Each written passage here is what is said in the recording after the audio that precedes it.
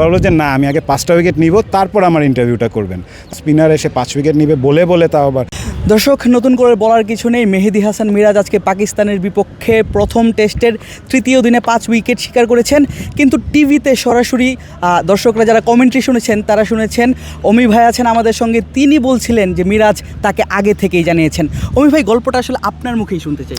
আমাদের হয় কি যে প্রত্যেক দিন শুরুর আগে আমরা দুজন প্লেয়ার, দুই দলের একজন প্লেয়ার হতে পারে বা কোচ হতে পারে, তাদের ইন্টারভিউ নেই আমরা। তো আজকে শান্তর ডেট ছিল বাংলাদেশ টিমে যে তার ইন্টারভিউ করবো আমি, তো তার ওয়েট করছিলাম আমি। মেহেদী মিরাজ ড্রেসিং রুম থেকে ধীরে ধীরে বেরিয়ে আসলেন, আমার দিকে তাকায় বলতেছে যে আপনি আমার ইন্টারভিউ করবেন না? বললাম প্লিজ আসেন না, আপনি ইন্টারভিউ করি। বললো যে না, আমি আগে 5টা উইকেট নিব, তারপর আমার ইন্টারভিউটা করবেন।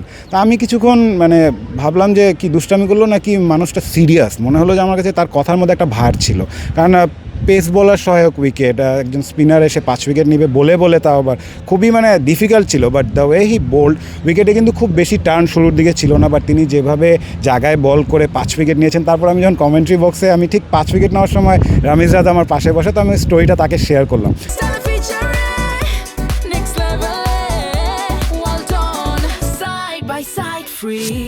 তখন তিনি বললেন যে এটা আসলে একটা প্লেয়ারের কনফিডেন্সটা কতটুকু থাকলে তিনি এই কথাটা বলতে পারেন। So I am very proud of him. এবং এটা বোঝা যায় যে মর্নিং শোজ দ্য ডে একটা কথা আছে যে সকাল থেকেই হয়তো তার মানসিক অবস্থাটা ওই জায়গায় ছিল, তিনি জানতেন যে আজকে ভালো কিছু হবে এবং সেটাই হয়েছে।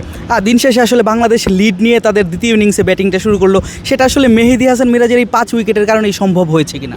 হ্যাঁ, অবভিয়াসলি, কারণ ফাস্ট বোলারদের থেকে এক্সপেকটেশন ছিল যে তারা উইকেট নেবে। নাহিদ রানা কিছুটা আজকে খরুচেও ছিল, প্লাস উইকেটও একটার বেশি নিতে পারেনি। সো ওদিক থেকে কিন্তু একজনকে দাঁড়াতে হতো। এবং মিরাজ ওই টাইপেরই ক্যারেক্টার, কিন্তু মিরপুরে খেলতে তিনি খুব পছন্দ করেন। তার 7ম 5 উইকেট হল কিন্তু মিরপুরে। সো সাকিব আল হাসানের পর এটা তার সবচেয়ে বেশি 5 উইকেট হল এই মাঠে। সো এই জায়গাটা থেকে মিরপুরের প্রতি কোনা তার জানা রয়েছে এবং এক্সপিরিয়েন্সটাই দেখিয়েছেন তিনি। যখন বলে কিছু না থাকে, পিছে কিছু না থাকে, তখন মাথা দিয়ে কীভাবে বল করতে হয় মিরাজ আজকে সেটাই দেখিয়েছে। কালকে নিশ্চয়ই মিরাজের ইন্টারভিউটা নেবেন, তাকে প্রথমেই কি বলতে চান? আমি তাকে খুঁজবো, যদি ইন্টারভিউ নাও দিতে চাই আমি তাকে খুঁজে বলবো আজকে বলেন যে আজকেও দিব না, 100 করে এসে তারপর দিব, তারপর ম্যাচ শেষে আপনি আমাকে ইন্টারভিউ দিন। দর্শক, যেমনটা শুনছিলেন আসলে মাজারউদ্দিন অমির কাছ থেকে কমেন্টেটর, মিরাজ কিন্তু আসলে তার কথা রেখেছেন, বলে কয়ে 5 উইকেট শিকার করেছেন। আমরা যদি একটু স্টেটের দিকে তাকাই, সাকিব আল হাসানের বাংলাদেশের জার্সিতে ফাইফার আছে 19টি, তারপরে আসলে তাইজুল ইসলাম, তার ফাইফার 17টি, এবং তারপরের জায়গাটাই কিন্তু মেহেদী হাসান মিরাজের।